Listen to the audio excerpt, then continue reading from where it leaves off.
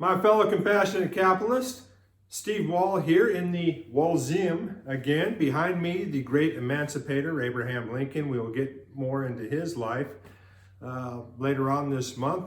However, I wanted this to be the backdrop since it is Black History Month because I didn't have anything in the museum dedicated to today's subject. And that's very disappointing. I almost did. I had some, I was at an auction in which I bid on some of our subjects' paintings, but that did not happen. So I'm gonna have to bear down and bring some, bring my A game next time when it comes to this.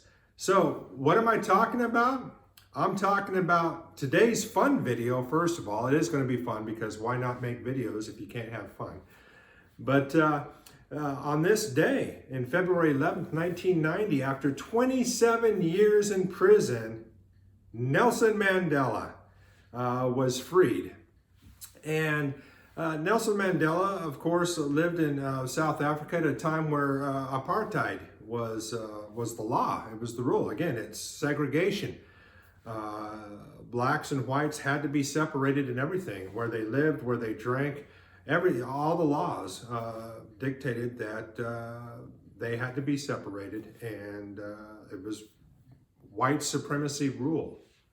Well, in 1944, Nelson Mandela, a lawyer at the time, joined the African National Congress. It was a political party, a movement that tried to peacefully protest against apartheid. In 1952, he became its deputy national president. However, in 1960, there was a massacre of innocent, nonviolent protesters at Sharpsville.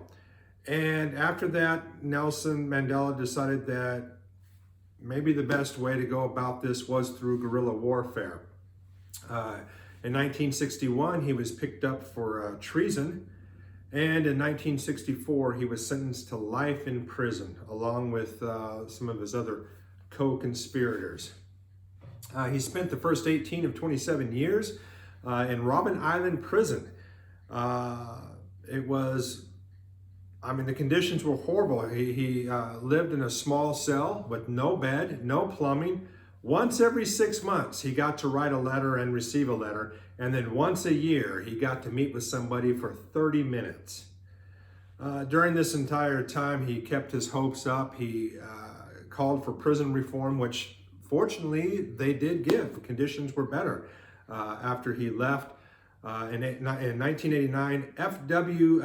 de Klerk became president of South Africa, and he started to dismantle all the apartheid rules in their constitution. And of course, in 1990, after 27 years, Nelson Mandela was indeed free and then became the president of South Africa, along with a new constitution. So this is very exciting. We're glad to celebrate today that great event happened. Now, just for something that's a little bit easier, a little bit fun for me, is that there was an article today, and we sent it out in paper form, about how Airstream, the silver trailers that I love, made my bones first in the mobile home park business. I've always loved Airstreams. I'm fascinated with them. We have a factory just down the road here. Katherine catches me at it all the time. Anyways, Airstream is now incorporating office space in all their Airstreams, seeing how that's the new economy, is that office home space is at a premium. People do want to stay in their homes. Going back to work in an office building, it's just not something that's going to return to the way that it used to be.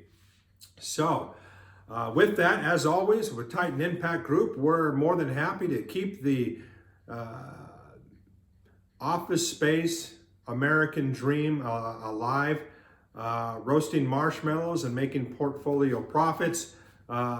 Hey, why not?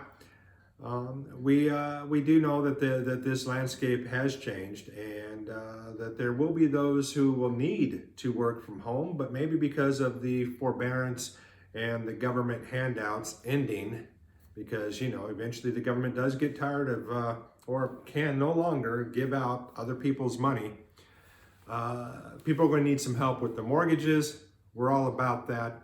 We're about buying these non-performing notes from the banks, renegotiating your mortgage to a lower payment, and then getting that mortgage reperforming so that we can then go and sell that note, a performing note, back on the stock market. So with that, we hope that everyone will be a happy camper, roasting those marshmallows while making some profits in their luxury office space in their Airstream. With that, I am Steve Wall. I do know money, and I am the sentinel of the American dream.